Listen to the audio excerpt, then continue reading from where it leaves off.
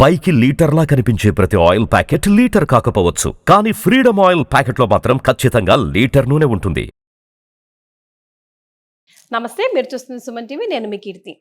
ద్వాదశ రాశులకి ఏప్రిల్ 16 నుంచి 30 తారీఖు వరకు ఎలా ఉండబోతోంది తెలియజేయడానికి మనతో పాటు ప్రముఖ ఆస్ట్రాలజర్ బ్రహ్మశ్రీ నందిపట్ల శ్రీహరి శర్మ గురుగారు ఉన్నారు. నమస్తే గురుగారు. వాగర్థ విభ సంపృక్తౌ వాగర్థ ప్రతిపత్తయే జగతః పితరౌ వందే పార్వతీ పరమేశ్వరౌ ఆదిత్యాయ చ సోమాయ మంగళాయ బుధాయ చ గురు శుక్ర శనిభ్యశ్చ రాహవే కేతవే నమః. శృంగేరి జగద్గురు పీఠాధిపతులకి కంచి పీఠాధిపతులకి నమస్కారములు తెలియజేసుకుంటూ కార్యక్రమాన్ని ప్రారంభిద్దాం. ఏప్రిల్ నెలలో 16వ తారీఖు నుంచి 30వ తారీఖు వరకు ద్వాదశ రాశులలో జన్మించినటువంటి వారికి ఏ విధంగా ఉండబోతుందో తెలుసుకునే ప్రయత్నం చేద్దాం. ముందుగా గమనించాల్సినటువంటిది, వీక్షించేటువంటి సుమన్ టీవీ ప్రేక్షకులు గమనించాల్సినటువంటి అంశం ఏంటంటే, చాలామంది కామెంట్స్ రూపంలో తెలియజేస్తున్నారు, చెప్పినవి కొన్ని జరుగుతున్నాయి, కొన్ని జరగట్లేవు, కారణం ఏంటి అని చెప్పి. ప్రధానంగా శాస్త్రాన్ని అనుసరించి ఎప్పుడైనా మనం వెళ్ళాలి కాబట్టి రాశి మరియు లగ్నము రెండూ ప్రధానమే. కాబట్టి ఇక్కడ ఈ యొక్క సందేహాలకన్నిటికీ కూడాను నివృత్తి చేస్తూ ఇప్పుడు క్లియర్ కట్గా ఇంకా లోతైనటువంటి విషయ పరిజ్ఞానాన్ని ప్రేక్షకులకు అందించాలనేటువంటి సదుద్దేశంతో మనం ముందుకు వెళదాం. ముఖ్యంగా అందరికీ కూడా గుర్తుపెట్టుకోండి, జన్మ లగ్నం అని ఉంటుంది, జన్మ నక్షత్రాన్ని బట్టి రాశి ఉంటుంది. కొంతమందికి date of birth, time, place తెలియవు. కాబట్టి పేరులో మొదటి అక్షరం ఏది ఉంటుందో దానిని బేస్ చేసుకొని ఆ రాశిని మనం చూసుకోవాలి. అయితే నామ నక్షత్రంలో కూడా చాలామంది పొరపాటు పడుతున్నారు. కాబట్టి ఇక్కడ వాటికి సంబంధించినటువంటిది, ఉదాహరణకి శ్రీనివాస్ అనే పేరుందనుకోండి, ఏం చూస్తున్నారు? కుంభరాశి చూస్తున్నారు, కాదు, తులారాశి చూసుకోవాలి. ఇలా కాబట్టి ఎవరైనా కానీ జన్మించిన లగ్నాన్ని ఆధారంగా చేసుకొని మొట్టమొదటిగా మనం చూసుకోవాలి. జన్మ లగ్నం తెలియని వాళ్ళు కనీసం రాశి నుంచి చూసుకోవాలి. ఈ జన్మలగ్నము రాశి రెండూ తెలియనటువంటి వాళ్ళు నామ నక్షత్రం మీదుగా చూసుకోవాలనేటువంటిది విషయాన్ని ప్రేక్షకులకు తెలియజేస్తున్నాను. కాబట్టి ఈ పట్టు నుంచి మనము లగ్నాన్ని బేస్ చేసుకొని మరియు రాశిని బేస్ చేసుకునే విధంగా తెలియజేసుకునే ప్రయత్నం చేద్దాం. ముఖ్యంగా కొంతమందికి, ఉదాహరణకి ఇప్పుడు మనం మేష నుంచి మొదలు పెడుతున్నాం కాబట్టి మేషలగ్నము, ఈ మేషలగ్నము ఒక వ్యక్తికి ఉంటుందనుకుందాం. అదే మేషలగ్నంలో జన్మించినటువంటి వ్యక్తికి కన్యా రాశి, మరి ఏ రాశి ఫలాలు చూసుకోవాలి అనేటువంటి సందేహం కూడా కలుగుతుంది.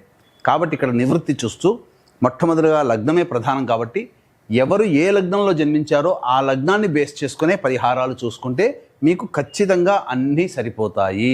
అది గుర్తుపెట్టుకోండి. లగ్నము తెలియని వాళ్ళు అప్పుడు రాశి చూసుకోవాలి. అంటే ఒకరిది మేషలగ్నం అయి ఉండి కన్యా రాశి అయితే లగ్నాన్ని మేషలగ్నంగానే ప్రధానంగా చూసుకొని ఫలితాలు బేరీజ్ వేసుకోవాలి. లేదు కన్యా రాశి అనుకున్నప్పుడు లగ్నం తెలియనప్పుడు కన్యా రాశి నుంచి చూసుకుంటే 40% వరకు మ్యాచ్ అవుతాయి. లగ్నం నుంచి చూసుకుంటే 60 to 70% వరకు మనం చెప్పేటువంటి విషయాలు మ్యాచ్ అవుతాయనేటువంటి విషయాన్ని గమనించుకోగల ప్రార్థన. ఇక వివరాల్లోకి వెళ్ళినట్లయితే, ప్రధానంగా ఈ యొక్క 12 రాశుల్లో జన్మించినటువంటి వారికి ఏ విధంగా ఉండబోతుందో తెలుసుకునే ముందు గ్రహ సంచారం తెలుసుకుందాం. మేషంలో రవి మరియు వృషభంలో గురువు, కర్కాటకంలో కుజువు, కన్యలో కేతువు, అలాగే మీనంలో బుధ, శుక్ర, శని, రాహు గ్రహాలు. కాబట్టి చాతుర్గ్రహ కూటమి 30వ తారీఖు వరకు కూడా ఉండబోతుంది అనే విషయాన్ని గుర్తుపెట్టుకోవాలి. గురుగారు, మరి మిథున రాశి వారికి ఏప్రిల్ 16th to 30th ఎలా ఉండబోతుంది అంటారు? మిథున రాశి లేదా మిథున లగ్నంలో జన్మించినటువంటి వారికి 16వ తారీఖు నుంచి 30వ తారీఖు వరకు ఏ విధంగా ఉండబోతుందో తెలుసుకునే ప్రయత్నం చేద్దాం. ముఖ్యంగా గమనించుకోదలసినటువంటి అంశం ఏంటంటే, మిథున రాశిలో జన్మించినటువంటి లేదా మిథున లగ్నంలో జన్మించినటువంటి వారికి ఈ యొక్క 15 రోజుల పాటు జీవితం చాలా ఆనందదాయకంగా ఉండబోతుంది. ఎందుకనంటే దశమ స్థానంలో ఉన్నటువంటి గ్రహ ప్రభావము, రవి లాభస్థితిలోకి రావడం, 12వ గురువు, ఇవన్నీ కూడా గ్రహాలు అనుకూలంగా ఉండబోతున్నాయి. కాకపోతే ఇంట గెలిచి రచ్చ గెలవాలి అనేటువంటి ఒక సామెత ఉంది. కాబట్టి కుటుంబంలో కొన్ని సమస్యలు ఉత్పన్నమవుతాయి. కాబట్టి మీ యొక్క వాక్కుని అదుపులో ఉంచుకోవాలి. ముఖ్యంగా ఉద్రేకం, మీ వాక్కు ద్వారానే ఎదుటి వాళ్ళ యొక్క మనసుని గెలవలేకపోతారు. కాబట్టి మీ వాక్కుని అదుపులో ఉంచుకుంటూ, ఖర్చుల్ని కూడా అదుపులో ఉంచుకుంటూ ప్రయాణం చేయగలిగితే ఈ 16వ తారీఖు నుంచి 30వ తారీఖు వరకు మిథున రాశి లేదా మిథున లగ్నంలో జన్మించినటువంటి వారికి ఇక తిరుగే ఉండదు. అన్నిటికంటే ఆనందించదగినటువంటి విషయం ఏంటంటే, ఉద్యోగం చేస్తున్నటువంటి వాళ్ళకి అద్భుతమైనటువంటి అవకాశాలు ఉండబోతున్నాయి. ఉద్యోగం మారాలి అని ఆలోచన చేసేటువంటి వాళ్ళకి ఈ 16వ తారీఖు నుంచి 30వ తారీఖు వరకు చాలా గ్రహస్థితి అనుకూలంగా ఉన్నటువంటి కారణం చేత మీ కోరికకు తగినటువంటి ఉద్యోగంలో స్థిరపడతారు. నిరుద్యోగస్తులకి కూడా ఉద్యోగము తప్పక లభించి తీరుతుంది. ఉద్యోగంలో ఉన్నటువంటి వాళ్ళు ప్రమోషన్స్ కోసం ప్రయత్నం చేస్తే ఖచ్చితంగా ప్రమోషన్ కూడా మంచి శుభవార్త ఈ 15 రోజుల్లో వింటారు. ప్రభుత్వ పరముగా పనిచేస్తున్నటువంటి వాళ్ళకి ప్రమోషన్స్తో కూడుకున్నటువంటి బదిలీలు అనేటువంటివి ఉండబోతున్నాయి. ఇక 12వ ఇంట గురువు ప్రధానంగా సామాన్యమైనటువంటి పరిస్థితి, ఖర్చులు ఉంటాయి కానీ అది సద్వ్యయమే అవుతుంది. మీరు పెట్టే ప్రతి ఖర్చుకి కూడాను ఉపయోగము భవిష్యత్తులో కలుగుతుంది. దేవతా అనుగ్రహాన్ని పొందే ప్రయత్నం చేస్తారు, తద్వారా మంచి ఖర్చులే జరుగుతాయి.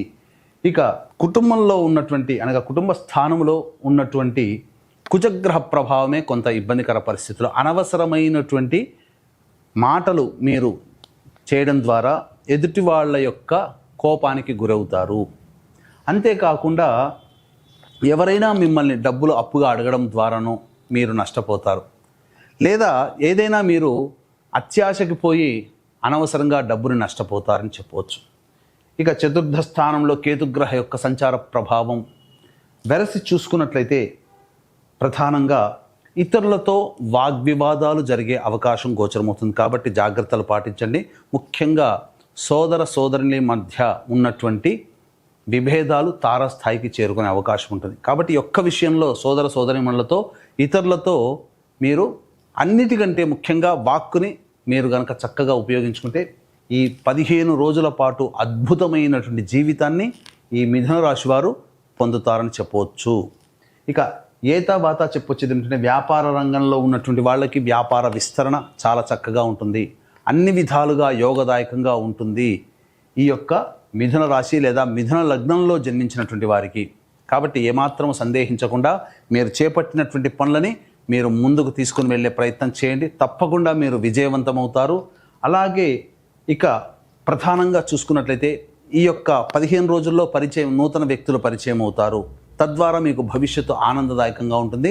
మీ యొక్క భవిష్యత్తుకి బంగారు బాట వేసగలిగే వ్యక్తులే మీ జీవితంలోకి ఈ 15 రోజుల్లో రాబోతున్నారు. కాబట్టి వెల్కమ్ చెప్పి మీ యొక్క ఆనందాన్ని తెలియచేయండి. అద్భుతంగా మీ జీవితం ఉంటుందని చెప్పవచ్చు.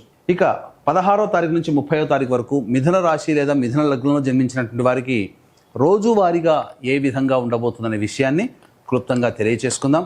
వీక్షించేటువంటి ప్రేక్షకులకి గమనిక, ఈ యొక్క విశ్వావసునామ సంవత్సరం 12 మాసాల పాటు మీ యొక్క సంకల్పం నెరవేరాలి.